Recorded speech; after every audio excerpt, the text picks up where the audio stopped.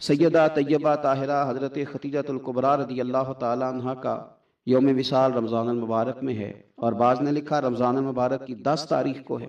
کائنات ارضی پر جن لوگوں نے وفا کی تاریخ لکھی، اور اس دھرتی پر جن لوگوں نے وفاداری کو حسن، وقار اور خوبصورتی کے ساتھ قائم فرمایا، اور جن کی تاریخ انسانیت کو زندہ رکھے گی، اور جن کا نام قیامت تک لوگوں کے لیے مشعل راہ رہے گا، اور جن کی محبتوں سے لوگ خیرات حاصل کرتے رہیں گے، ان میں ایک نام ہے سیدہ ختیجہ الکبریٰ رضی اللہ تعالی عنہا کا۔ حضرت ختیجہ الکبریٰ رضی اللہ تعالی عنہا نبی پاک صلی اللہ تعالی علیہ وسلم کی سب سے پہلی زوجہ ہیں، اور یہ وہ خوبصورت خاتون ہے جن کی موجودگی میں نبی پاک علیہ السلام نے دوسرا نکاح نہیں فرمایا۔ یہ حضور کے نکاح میں آئیں، اور 25 سال انہیں حضور علیہ السلام کے ساتھ رفاقت کا شرف حاصل رہا۔ بڑی امیر تھیں، بڑا مال تھا، اللہ نے بڑا نوازا تھا، لیکن انہوں نے ہر چیز حضور کے مقدس قدموں پہ نچھاور کر دی۔ انہوں نے اپنا سارا مال لا کے حضور کی بارگاہ عالی مرتبت میں پیش کر دیا، اپنی ساری توجہات حضور کی خدمت پہ لگا دیں۔ حضور علیہ السلام جب کفار کی ظلم و ستم سے، ان کی طرف سے آنے والی تکلیفوں سے پریشان ہو کے لوٹتے تو یہ مقدس خاتون میرے قریب محبوب کی دلجوئی کرتی۔ گھر کے اندر نبی پاک صلی اللہ تعالی علیہ وسلم کا حوصلہ بڑھانے کے لیے اللہ تبارک و تعالی نے حضرت ختیجہ الکبریٰ رضی اللہ تعالی عنہ کو منتخب فرمایا۔ آپ حضور علیہ السلام کی خدمت کرتی، حضور سے محبت کرتی۔ حضور کی ساری اولاد سوائے ایک صاحبزادے کے حضرت ختیجہ الکبریٰ کے بطن نور سے ہوئی۔ اس ملکہ نے امیری چھوڑ کے حضور کے ساتھ فقیری کی، صبح بتائیں، شام میں بتائیں، ان کے لیے بہت ساری کنیزیں خود خدمت کرنے کے لیے موجود رہتی تھی۔ اس خاتون نے پھر اپنے دست مبارک سے حضور کی خدمت کی، کھانا پکایا، کپڑے دھوئے، ڈیوٹیاں کی۔ قربان جائیں، حضرت عائشہ صدیقہ رضی اللہ تعالیٰ عنہ فرماتی ہیں کہ میں نے رشک کیا ہے ساری زندگی حضرت ختیجہ الکبریٰ پر۔ اتنا ذکر حضور کرتے گھر میں ان کا، اتنا ذکر کرتے، اور کبھی ہم ذکر چھیڑ دیتے کہ حضور آپ حضرت ختیجہ کا ذکر کرتے ہیں، تو پھر تو حضور اور زیادہ سیدہ ختیجہ کا تذکرہ کرتے، اور زیادہ محبت کے ساتھ ان کی بات کرتے۔ یارو کبھی آپ غور کریں کہ یہ وہ عظیم خاتون ہے کہ جن کی سہیلیوں کے ساتھ بھی حضور اچھا سلوک فرماتے، ان کی سہیلیوں کو تحفے بھیجتے، کھانا پکا پکا کے ان کے گھروں میں روانہ کرتے، ان کا پیار کے ساتھ ذکر کرتے، ان کا تذکرہ کرتے۔ آپ کو بخاری مسلم میں حدیث ملے گی، حضرت ابو ہریرہ رضی اللہ تعالیٰ عنہ ارشاد فرماتے ہیں کہ حضرت جبریل امین علیہ السلام حضور کی خدمت میں حاضر تھے، تو حضرت ختیجہ الکبریٰ رضی اللہ تعالیٰ عنہ کھانا پکا کے لا رہی، تو حضرت جبریل امین علیہ السلام عرض کرنے لگے، یا رسول اللہ یہ ختیجہ کھانا لے کے آ رہی ہے، اس کے برتن میں آپ کے لیے کھانا ہے، سالن ہے۔ حضور جب ختیجہ آ جائے تو اسے اس کے رب کا سلام کہہ دیجئے گا، رب نے ان کے لیے سلام بھیجا ہے، انہیں اللہ کا سلام کہہ دیجئے گا، رب کریم نے سلام بھیجا ہے۔ اور فرمایا رب کریم نے ان کے لیے جنت میں ایک گھر بنایا ہے، اور میں اس کی بشارت دینے آیا ہوں۔ وہ موتیوں سے بنا ہوا گھر ہے جس کے اندر کوئی شور نہیں ہوگا، کوئی تکلیف نہیں ہوگی، جو رب کریم نے سیدہ ختیجہ الکبریٰ کے لیے بنایا۔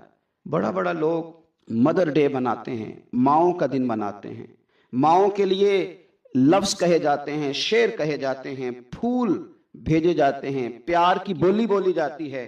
کائنات میں اگر لوگوں نے مدر ڈے منانا ہے، ماں کا دن منانا ہے، تو سیدہ ختیجہ الکبریٰ کا دن منایا جائے۔ اس ماں کا دن منایا جائے جس نے ماؤں کا وقار بلند کیا، اس عظیم خاتون کا دن منایا جائے جس نے لوگوں کو بتلایا کہ کائنات میں وہ بیویوں جن کے خامد، جن کے شوہر دنیا میں کوئی بڑا کام کر رہے ہیں، وہ عورتیں اپنا کردار اس طرح کا بنائیں کہ وہ معاون بن جائیں، وہ مددگار بن جائیں۔ اگر وہ عورتیں حضرت ختیجہ الکبریٰ رضی اللہ تعالیٰ عنہا کا نقش قدم تلاش کر لیں گی، ان کا اسوہ نور اپنا لیں گی، تو ہو سکتا ہے کہ ان کے خامد اگر کوئی خیر کا کام کر رہے ہیں، کوئی بھلائی کا کام کر رہے ہیں، کوئی خدمت دین متین کر رہے ہیں، اس اسوہ کو اپنانے کی وجہ سے وہ ڈبل کام کر سکیں گے، شوہر پہلے سے زیادہ خدمات سر انجام دے سکیں گے۔ اس خاتون نے اپنی وفاؤں کا رخ اس طرح موڑا کہ اگر میں کہوں کہ وفا کا دوسرا نام ہی سیدہ ختیجہ الکبریٰ ہے، اگر میں کہوں کہ ادب کا دوسرا نام ہی سیدہ ختیجہ الکبریٰ ہے، اگر میں کہوں کہ شوہر کی فرما برداری کو کسی ایک جملے میں سمیٹا جا سکتا ہے، تو اس جملے کا نام سیدہ ختیجہ الکبریٰ ہے۔ سلام اس ماں پر جس ماں نے ہمارے پیارے محبوب علیہ السلام کو اتنا زیادہ پیار کیا کہ حضور سید عالم ان کے پاس آتے تو تسلی محسوس کرتے، قریب ان کے پاس جب تشریف لاتے تو حضور اپنے دل کو راحت میں محسوس کرتے۔ حضور علیہ السلام نے ان کے وصال کے سال کو غم کا سال قرار دیا،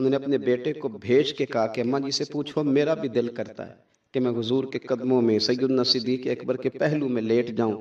حضرت عبداللہ ابن عمر کہتے ہیں میں نے جا کے کہا تو وہ رو پڑی، کہنے لگی کوئی اپنی قبر کی جگہ کسی کو نہیں دیتا، اور عمر سے کہنا جاؤ میں نے تمہارے لیے احسار کیا۔ اتنا جذبہ قربانی کا ان کی طبیعت میں پیدا ہوا، اور پردے کا یہ حال تھا۔ امت کی بیٹیوں کو انہوں نے با پردہ اور باوقار رہنے کا یہ انداز بتایا کہ سیدہ عائشہ صدیقہ فرماتی ہیں حضور سید عالم علیہ السلام میرے حجرے میں تدفین ہوئی، حضور کا وصال ہوا، وہیں دفن ہوئے تو میں بغیر پردے کے جاتی تھی، حضور میرے شوہر ہیں۔ اور پھر جب وہاں جناب صدیق اکبر کی قبر مبارک بنی تو وہ میرے والد تھے، میں بغیر پردے کے جاتی تھی۔ اور جب وہاں حضرت عمر رضی اللہ تعالیٰ عنہ کی قبر بنی تو پھر میں نے پردہ کر کے جانا شروع کی، اس لیے کہ عمر میرے لیے محرم نہیں تھے، میں پردہ کر کے جاتی تھی۔ تو حضرت عائشہ صدیقہ امت کی بیٹیوں کو بتاتی ہیں کہ میں تو مزار پہ جاؤں تو پردہ کر کے جاتی ہوں، میں تو حضرت عمر کے مزار پہ جاؤں تو پردہ کر کے جاتی ہوں، اور تم بغیر پردے کے بازار چلی جاتی ہو، وہاں تم چلی جاتی ہو، سر عام چلی جاتی ہو۔ یہ معیار دیا حضرت عائشہ صدیقہ رضی اللہ تعالی عنہا نے امت کی بیٹیوں کو۔ عبادت انہوں نے اس طرح کی، تقوی ان کا اس طرح کا تھا کہ آپ کے بھانجے فرماتے ہیں کہ ساری رات ہی وہ اللہ کی بارگاہ میں حاضر رہتے تھے، ساری رات ہی مصلی آباد رہتا۔ پھر بھی ایک دفعہ حضور کی بارگاہ میں عرض کیا انہوں نے، یا رسول اللہ میری بخشش کی دعا کر دیں، میرے گناہوں کی معافی کی دعا کر دیں، یہ عاجزی ہے۔ تو نبی پاک علیہ السلام نے دعا کر دی، اے اللہ عائشہ کے ظاہری بھی معاف کر دے، باطنی بھی معاف کر دے، اگلے بھی معاف کر دے، پچھلے بھی معاف کر دے۔ اتنی خوش ہوئی کہ مسکراتے مسکراتے حضور کی گود میں آ گئی۔ صحیح ابن حبان میں موجود ہے کہ نبی پاک نے فرمایا عائشہ اس دعا پہ تو بڑی راضی ہوئی ہے نا؟ یا رسول اللہ میں بڑی راضی ہوئی ہوں۔ تو دیکھنا حضرت عائشہ صدیقہ کے صدقے امت پر کتنا کرم ہو رہا ہے۔ حضور نے فرمایا تو بڑی راضی ہوئی ہے نا یہ دعا سن کے کہ اللہ اس کے ظاہری بھی معاف کر دے، باطنی بھی معاف کر دے، اگلے بھی معاف کر دے، پچھلے بھی معاف۔ حضور میں بڑی راضی ہوئی ہوں۔ تو حضور فرمانے لگے مجھے اللہ کی عزت کی قسم میں یہ دعا اپنی ہر نماز میں اپنے ہر امتی کے لیے کیا کرتا ہوں۔ یہ ہمیں حضرت عائشہ صدیقہ کے صدقے یہ دعا نصیب ہو رہی ہے۔ غریبوں کا بھلا کر رہی ہیں سیدہ عائشہ صدیقہ، اپنی اولاد کا بھلا کر رہی ہیں، امت کا بھلا کر رہی ہیں۔ حضرت عائشہ صدیقہ رضی اللہ تعالیٰ عنہ سخت گرمی میں بھی عرفہ کے دن کا روزہ رکھا ہوا تھا، اپنے پر پانی چھڑک رہی تھی۔ تو کسی نے کہا ماں جس گرمی میں روزہ رکھنے کی اور نفلی روزہ رکھنے کی کیا ضرورت تھی؟ تو آپ فرمانے لگی تمہیں پتہ ہے حضور نے فرمایا جو عرفہ کے دن کا روزہ رکھے گا اس کے سارے سال کے گناہ معاف کر دیے جائیں گے۔ تھوڑی دشواری ہوئی تو کیا ہوا؟ اس کیفیت کے ساتھ حضرت عائشہ صدیقہ رضی اللہ تعالیٰ عنہ کو اللہ تبارک و تعالیٰ نے شانیں عطا فرمائیں، عظمتوں سے نوازا، ان کو اللہ نے بڑی بلندیوں سے نوازا۔ حضرت عائشہ صدیقہ رضی اللہ تعالیٰ عنہ نا بطور ناز کے فرمایا کرتی تھی، کہتی تھی 10 خوبیاں لوگوں مجھے وہ ملی ہیں جو میرے علاوہ کسی حضور کی زوجہ کو نہیں ملی۔ سب کی الگ الگ خصوصیات ہیں نا، سب کی الگ الگ شانیں، انفرادیت ہے۔ فرماتی تھی 10 چیزیں مجھے ایسی ملی ہیں جو میرے علاوہ کسی کو نہیں ملی۔ اماں جی وہ کون سی؟ تو فرمانے لگی میرے علاوہ حضور نے کسی کنواری عورت سے نکاح نہیں کیا۔ پھر فرمانے لگی میرے علاوہ حضور کی کوئی بیوی ایسی نہیں، کوئی اہلیہ ایسی نہیں جس کا باپ بھی مہاجر ہو، جس کی ماں بھی مہاجر ہو۔ اور پھر فرمانے لگی لوگو اللہ تبارک و تعالیٰ کا کرم دیکھو، رب کریم نے میری برات اور میری پاک دامنی کا اعلان عرش سے جاری فرمایا ہے۔ عرش سے حضرت عائشہ صدیقہ کے بارے میں 18 آیتیں سورہ نور کی نازل ہوئی۔ پھر سیدہ عائشہ صدیقہ رضی اللہ تعالیٰ عنہ فرمانے لگی میں ہی وہ خاتون ہوں کہ نکاح سے پہلی ریشمی کپڑے میں لپیٹ کے حضرت جبریل میری صورت لا کے حضور کو دکھایا کرتے۔ پھر فرمانے لگی میں ہی وہ عورت ہوں، میں ہی وہ حضور کی اہلیہ ہوں کہ جس برتن سے حضور غسل کرتے تھے مجھے بھی اسی سے غسل کرنے کا شرف حاصل ہو جاتا تھا۔ پھر فرماتی ہیں لوگوں یاد رکھو میں ہی نبی پاک صلی اللہ تعالیٰ علیہ وسلم کی وہ بیوی ہوں کہ میں حضور کے سامنے سوئی رہتی تھی، حضور تہجد کی نماز پڑھتے رہتے تھے، گویا جو انوار و تجلیات تہجد کے وقت وہاں نازل ہوتے تھے مجھے بھی اس میں سے خیرات ملا کرتی تھی۔ حضرت عائشہ صدیقہ رضی اللہ تعالیٰ عنہ فرماتی ہیں یہ میرا ہی مقام ہے کہ حضور میرے بستر میں ہوتے تھے اور حضور پر وحی نازل ہو جایا کرتی۔ پھر ارشاد فرماتی ہیں کہ نبی پاک صلی اللہ تعالیٰ علیہ وسلم نے مجھے ہی وہ مقام دیا کہ حضور کا نورانی وجود میری گود میں تھا جب نبی پاک نے وصال فرمایا۔ فرمانے لگی میں ہی وہ خوش نصیب ہوں کہ میری باری تھی جب میرے نبی پاک کا وصال ہوا۔ اور 10ویں نمبر پہ فرمانے لگی لوگوں میں ہی وہ خوش قسمت ہوں کہ جس کے حجرے میں رسول پاک علیہ السلام کو دفن کیا گیا، قیامت تک جس پر لوگ سلام بھیجیں گے، جسے گنبد خضرا کہا جاتا ہے، یہ وہی مقام ہے جو حجرہ عائشہ صدیقہ کہلایا کرتا تھا۔ اللہ تو سیدہ عائشہ صدیقہ کے صدقے ماؤں پہ فضل فرما، بہنوں کے نصیبے اچھے فرما، اور بیٹیوں کو برکتیں عطا فرما۔ اللہ تعالیٰ علیہ وسلم نے نا ایک یہودی سے گھوڑا خریدا۔ کریم نے اسے کہا یہ طے ہو گئی رقم، تو یہاں رک، میں گھر سے پیسے لے کے آیا۔ محبوب پیسے لے کے واپس آئے۔ اس سے لوگوں نے کہا تم نے تو سستا بیچ دیا، مکر جاؤ۔ وہ مکر گیا۔ اب جب سودا ہوا تھا، یا وہ شخص تھا یہودی یا حضور علیہ السلام تھے، تیسرا کو تھا ہی نہیں، وہ مکر گیا۔ نبی کریم صلی اللہ تعالیٰ علیہ وسلم نے فرمایا یہ پیسے لو، گھوڑا دو، میں جاؤں۔ تو کہنے لگا کون سا گھوڑا، کیسا گھوڑا، میں نے تو بیچا ہی نہیں۔ جب بات بڑھ گئی تو لوگ جمع ہو گئے، مسلمان بھی، یہودی بھی، غیر مسلم بھی، سب اکٹھے ہو گئے۔ جب بات تھوڑی ہونے لگتی ہے تو وہاں رش بھی ہو جاتا ہے، لوگ جمع ہوئے۔ تو ہماری پنچایتوں میں بھی آپ نے دیکھا ہوگا کہ لوگ ایک بات کر دیتے ہیں، کہتے ہیں فلانا بندہ کہہ دینا اگر تو میں یہ کام کر دوں گا۔ اچھا، وہ نام ایسے بندے کا لیتے ہیں یا پہیلی ایسی ڈالتے ہیں جو پوری نہ ہو سکے۔ تو وہ یہودی کہنے لگا جی ایک بندہ بھی اگر کہہ دینا، آپ کی شریعت میں اصول ہے نا کہ گواہ پیش کیے جاتے ہیں، تو ایک بندہ بھی اگر کہہ دے کہ میں نے گھوڑا بیچا ہے اور آپ نے خریدا، زیادہ نہیں ایک، تو میں دے دیتا ہوں۔ اب وہاں تھا ہی کوئی نہیں، گواہی کیسے ہو؟ حضرت ابو خزیمہ رضی اللہ تعالیٰ عنہ صحابی ہیں، یہ صحابہ کے اس مجمع کے بیچ کھڑے تھے، ہاتھ کھڑا کر کے کہنے لگے میں گواہی دیتا ہوں میرے نبی نے خریدا ہے۔ اب اس نے کہا تھا اگر ایک بندہ بھی کہہ دے تو میں دے دوں گا، تو ایک نے کہہ دیا، اسے دینا پڑا، گھوڑا دے دیا، پیسے لیے، وہ چلا گیا۔ تو محبوب کریم علیہ السلام فرمانے لگے خزیمہ تم نے تو دیکھا ہی نہیں۔ عرض کی یا رسول اللہ، جب آپ کی زبان پر ایمان لا کر میں نے آسمان کی خبروں پر یقین کر لیا، میں نے تو جنت بھی نہیں دیکھی، میں نے تو دوزخ بھی نہیں دیکھی، میں نے تو فرشتے بھی نہیں دیکھے، میں تو جسے سجدہ کرتا ہوں وہ رب بھی نہیں دیکھا، میں نے تو اتنی بڑی باتیں آپ کے کہنے پر مان لی ہے، تو گھوڑا تو چیز ہی کوئی نہیں۔ اللہ کو مان لیا ہے آپ کے کہنے پر، گویا تو گھوڑا تو کوئی چیز ہی نہیں۔ جب یہ مضبوطی ایمان نصیب ہو کہ جو حضور فرما دے حق اور سچ ہے، یہ ہمیں صحابہ نے سکھایا کہ محبوب کی زبان سے جو نکل آئے۔ اب جب انہوں نے یہ بات کی نا تو نبی کریم نے انعام دیا، سرکار نے ان کا ہاتھ پکڑا اور پکڑ کے بلند کر کے فرمایا بھئی جہاں گواہیوں کی ضرورت ہو نا، جہاں بھی 2 گواہ چاہیے ہوں گے، لیکن فرمایا جہاں ابو خزیمہ موجود ہو، ایک کی گواہی 2 کے برابر ہوگی۔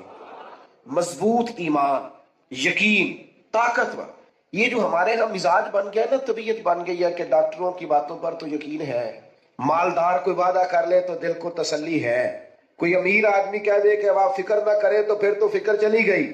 لیکن معاذ اللہ ثم معاذ اللہ، میرے بھائی آپ بیچ میں سے بیٹھ جائیں نا، آپ کی وجہ سے پچھلوں کو نظر نہیں آ رہا، جلدی سے بیٹھے، پیچھے دیکھیں نہیں، بیٹھے، آپ تو بڑے پیارے لوگ ہیں، بیٹھ جائیں جی، جلدی سے بیٹھ جائیں۔ ماشاءاللہ، آپ دیکھیں نا، آپ کا تو ڈبل مجمع ہے اور آپ نے کھڑے کر کے اسے 2 حصوں میں بانٹ دیا ہے۔ بیٹھ جائیں، آپ بھی بیٹھ جائیں بھائی جان، اللہ آپ کو سلامت رکھے، یہ دیوار کے ساتھ کھڑے، بیٹھ جائیں، سلامتی، اللہ برکت دے آپ کو۔ سنو میرے عزیزوں، یاد رکھنا، مضبوط ایمان، یہ کمزور باتیں چھوڑ دیں کہ دنیا داروں کی باتوں پر تو یقین کرنا اور رب رسول کے وعدوں پر معاذ اللہ۔ مضبوط، حضرت مولا علی شیر خدا ایک دفعہ بڑے بیمار ہو گئے تھے، بڑے علیل ہو گئے تھے، تو کچھ لوگ تیمارداری کرنے آئے تو شیر خدا کی محبت میں رو پڑے، حضور یہ تو بڑی سخت کمزوری ہے، تو آپ نے فرمایا فکر نہ کرو، مجھے کچھ بھی نہیں ہوگا۔ انہوں نے کہا کیوں؟ فرمانے لگے میں نے بیماری سے جانا ہی نہیں دنیا سے۔ انہوں نے کہا اس کی وجہ؟ انہوں نے کہا وجہ یہ ہے کہ ساڈے نبی دی زبان ساڈے واسطے قرآن۔ یہ موبائلوں والے بچے پھر بیچ کھڑے ہو گئے، بیٹا نیچے بیٹھ جاؤ جلدی سے، اللہ آپ کو سلامت رکھے، فٹافٹ بیٹھو۔ نبی کریم کی زبان، سرکار تشریف لائے تھے، مولا علی فرماتے ہیں میں ایک دفعہ بیمار تھا تو حضور تیمارداری کرنے آئے، تو میں نے عرض کی حضور شدید بیمار ہوں، دعا فرمائیے گا، تو نبی کریم نے فرمایا علی آپ کو کچھ بھی نہیں ہوگا، آپ کی تو داڑھی مبارک خون سے رنگین ہوگی، پھر آپ دنیا سے جائیں گے۔ مانا کیا ہے؟ بیماری سے نہیں جائیں گے، زخم لگے گا، شہادت ہوگی، میدان میں جائیں گے۔ تو حضرت علی کہنے لگے بے فکر ہو کے جاؤ، یہ میرے محبوب کا فرمان ہے، جو دن کو کہہ دیا دن ہے تو دن نکل آیا، جو شب کو کہہ دیا شب ہے تو رات ہو کے رہی، اور خدا نے ان کی زبان کو وہ اختیار دیا جو نکلی منہ سے ان کے وہ بات ہو کے رہی، مجھے کچھ بھی نہیں ہوگا، تم جاؤ۔ تو میرے عزیز، ایک تو ایمان مضبوط تھا ان لوگوں کا، یقین مضبوط تھا، طاقتور۔ ہمارے ہاں نا سب سے پہلے ہمیں اللہ پر، آخرت پر، اپنی آنے والی نسل کو مضبوط ایمان دے کے جانا، عقائد اہل سنت کی پابندی دے کے جانی۔ جب ان کے یقین مضبوط ہوں گے، عقیدے مضبوط ہوں گے تو عمل کرنا آسان ہوگا۔ دوسری بات جو صحابہ میں بڑی زیادہ پائی جاتی ہے، جو ہم نے ان سے سیکھنی ہے، صحابہ اور اہل بیت میں، وہ حضور کا ہر حکم ماننے میں جلدی کرتے تھے۔ ہم نہ دیر کرتے ہیں، نماز شروع کرنے میں بھی دیر ہے، داڑھی رکھنے میں بھی ابھی دیر ہے، حلال حرام کی تمیز شروع کرنے میں بھی ناراض نہ ہونا، تاریخیں دیتے ہیں، کہتے ہیں بس وہ فلانا کام ہو جائے اس کے بعد میں ٹھیک ہوں۔ وہ میرے بھائی، ہم لیٹ ہیں اور موت لیٹ نہیں کرتی۔ او پہ دس دیاں قبراں تے جنہاں تے پھول پئے، ادھروں کوئی نہیں گیا ہوندا، ادھروں تے لکھا گئے۔ موت بالکل اپنے وقت پہ آتی ہے، لیٹ نہیں ہوتی۔ ہم لیٹ ہیں، عمل کرنے میں لیٹ ہیں، داڑیاں سفید ہو رہی ہیں میری طرح کے لوگوں کی، اور عمریں اوپر ہو رہی ہیں، بچے جوان ہو رہے ہیں، لیکن ہم توجہ نہیں کر رہے کہ وقت ہمارے ہاتھوں سے ریت کی طرح نکلتا جا رہا، ہمیں خیال ہی نہیں آ رہا، ہم وہ ذوق نہیں پیدا کر رہے کہ ہمیں جلد از جلد عمل کی طرف بڑھنا چاہیے۔ چھوڑو بیٹا، اذان سنیں جی سارے لوگ۔ تو صحابہ لیٹ نہیں تھے، وہ ان کو جلدی تھی کہ حضور کا حکم آیا ہے، جلدی جلدی مانو، جلدی جلدی، لیٹ نہ کرو۔ حضرت سیدنا انس بن مالک رضی اللہ تعالیٰ عنہ فرماتے ہیں کہ صحابی اپنی چھت پر تھے، دیواریں اونچی کر لی تھی اور چھت تعمیر کر رہے تھے مکان، تو قریب سے ایک دوسرے صحابی گزرے تو انہوں نے پوچھا کہاں سے آ رہے ہو؟ میں تو جلدی آ گیا تھا مسجد سے، تم کہاں سے آ رہے ہو؟ کہا میں بیٹھا تھا حضور کی خدمت میں۔ تو کہا کوئی نئی آیت تو نہیں آئی؟ انہوں نے کہا آیت تو آئی ہے۔ کہا کون سی؟ فرمایا آیت آئی ہے اقترب للناس حسابهم وهم فی غفلۃ معرضون۔ اللہ فرماتا ہے لوگوں کے حساب کا وقت قریب آ گیا ہے اور وہ بھی غافلوں میں، غفلت میں منہ پھیرے ہوئے۔ کہتے ہیں یہ آیت سنا کے وہ صحابی آگے بڑھے تو پیچھے سے کسی کے گرنے کی آواز آئی، پلٹ کر دیکھا تو وہ جو چھت پہ تھے انہوں نے چھلانگ لگا دی۔ کہا مکان نہیں بنانا؟ فرمایا اب کون سا مکان، آپ نے خود ہی تو آیت سنائی ہے کہ حساب کا وقت آ گیا، اب حضور کی بارگاہ میں جاؤں گا۔ وہ جلدی کرتے تھے، عمل کرنے میں جلدی، فٹافٹ کرتے تھے، لیٹ نہ ہو جائے، جلدی کریں۔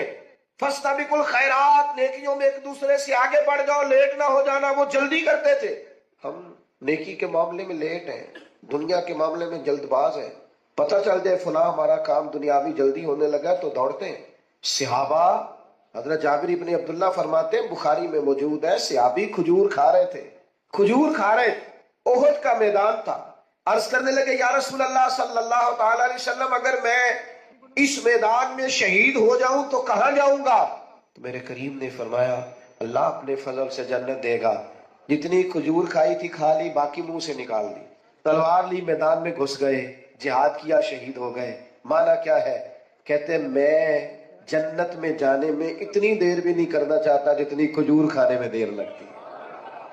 تو میرے بھائیوں لیٹ بڑے ہیں، صحابہ نے جلدی کی، جلدی، اس لیے لاکھوں مربع میل پر حکومت کی انہوں نے، وقت کو ضائع نہیں کیا۔ وہ موبائل لے کے بیٹھے ہیں، وہ سو رہے ہیں، وہ گپے لگ رہی ہیں، وہ کھانے جا رہے ہیں، وہ سیر کرنے جا رہے ہیں، یہ ان کے پاس ٹائم نہیں تھا۔ وقت فرصت ہے، کہاں کام ابھی باقی ہے، نور توحید کا اتمام ابھی باقی ہے۔ ان لوگوں نے کام کیا ہے، وہ حضور کا حکم ماننے میں جلدی کرتے تھے۔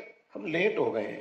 اٹھ فریدا ستے آؤ، داڑھی آ گئی پور، اگا تے نیڑے آ گئی تے پچھا تے رہ گئی دور، تے کدے اٹھ نہ فریدا ستیا تے چاڑو دے نہ مسیت۔ اوے تو ستے رب جاگدا تیری ڈاڈے نال پریت، اٹھ نہ فریدا ستیا تے چل میلا ویکھن جا، او متے کوئی مل جائی بخشیا تے تم ہی بخشیا جا۔ او لیٹ ہیں بھائی، ہم لیٹ ہیں، ہم نہ بہانے وقت کرتے ہیں۔ ہم آپ ان لوگوں کی زندگیاں دیکھیں، انہیں جلدی ہے، آگے بڑھنا ہے اور تیزی سے دین کا کام کرنا ہے اور میدان میں نکلنا ہے اور جدوجہد کرنی ہے۔ ہم لیٹ ہیں، ہم سمجھتے نہیں چیزوں کو۔ ہم حضور کے غلام ہیں نا، جلدی جلدی بولیں۔ تو غلام غلامی کرتے ہیں کہ بہانے کرتے ہیں؟ بولتے نہیں، آپ ناراض ہیں۔ آپ نے غلام رکھا، خادم رکھا ہوا ہو، آپ نے غلام ملازم، آپ اسے کہیں جا دکان سے دوڑ کے چینی لے آ، وہ کہے جلدی کیا ہے، ٹھہر کے لے آؤں گا، قبول ہے؟ تو یہ تسی آنکھو کہ میں روز یہاں تو نماز شروع کرنی، ایک قبول ہے؟ عمرہ کارا ماں پھر میں نیکیاں، یہ قبول ہے؟ آپ کہیں خادم سے کہ جناب لو یہ 10 کلو آٹا لے آؤ، تو وہ آپ سے کہیں جناب 10 کلو کیا کرنا ہے، کیا ضرورت ہے، پہلے دانائی بتائیں، تو آپ بتائیں گے؟ غلام حکمتیں نہیں پوچھتے، وہ تو غلامی کرتے ہیں۔ امام احمد بن حنبل غلام خرید کے لائے تو فرمایا تیرا نام کیا ہے؟ کہنے لگا سونیا غلاموں کے نام نہیں ہوتے۔ اوئے ہوئے، آپ کسی کو بھی آواز دیں گے میں سمجھوں گا میرے آقا نے بلایا ہے۔ فرماتے اس کی پہلی بات پر ہی مجھے وجد ہو گیا، میں نے پوچھا کھائے گا کیا؟ کہنے لگا حضور غلاموں کے نخرے نہیں ہوتے۔ بیٹا آپ نہ کرو، یہ ادھر سامنے بیٹھتے اگر آپ کو یہ کام کرنا ہے۔ آپ توجہ میری بات پر رکھیں، اللہ آپ کو سلامتی عطا کرے۔ نام کیا ہے؟ حضور جس نام سے کھاؤ گے کیا؟ تو فرمایا حضور جو آپ کہیں گے کھا لوں گا، غلاموں کے نخرے نہیں ہوتے۔ تو امام صاحب کہتے ہیں تیسری بات پوچھی، میں نے کہا کوئی کمرہ پسند کر لو، کہاں رہو گے؟ کہنے لگا حضور جہاں آپ کہیں گے۔ فرماتے میں نے کہا سینے سے لگ جا، تو آزاد ہے، تو غلام تو نہیں، تو آقا بننے کے قابل ہے۔ تیری سوچ بڑی نکھری ہوئی ہے نا، تیرا انداز بڑا انوکھا ہے، تیری طرز بڑی عمدہ ہے۔ بٹھا دیں جی، بٹھا دیں۔ نبی پاک صلی اللہ تعالیٰ علیہ وسلم جمعہ پڑھا رہے تھے، یہ ابھی تھوڑا تھوڑا مجھے کہنا پڑ رہا ہے نا، آپ یہ نہ کریں، آپ بیٹھ جائیں، آپ بات سنیں، وہ الگ بات ہے، کچھ مان لیتے ہیں، کچھ جو ہوتے ہیں وہ ذرا زیادہ سیانے ہوتے ہیں، نہیں بھی کئی دفعہ سنتے بات۔ تو سرکار جمعہ پڑھا رہے تھے، توجہ ہے آپ کی میری بات پر؟ تو حضور نے جمعہ پڑھاتے پڑھاتے ایک بندے سے فرمایا بیٹھ جاؤ۔ ایک سے کہا، ایک قبیلہ بنو غنم میں تھے، ابھی ان کے کان میں آواز گئی، وہ وہیں بیٹھ گئے۔ ایک مسجد کے دروازے میں تھے، کان میں آواز گئی وہیں۔ ایک ابھی اس کونے میں تھے، کان میں آواز گئی وہیں۔ نماز کے جمعے کے بعد حضور نے فرمایا آپ کہاں تھے؟ آپ کہاں تھے؟ آپ حضور وہ آپ نے کہا تھا بیٹھ جاؤ، تو میں بیٹھ گیا۔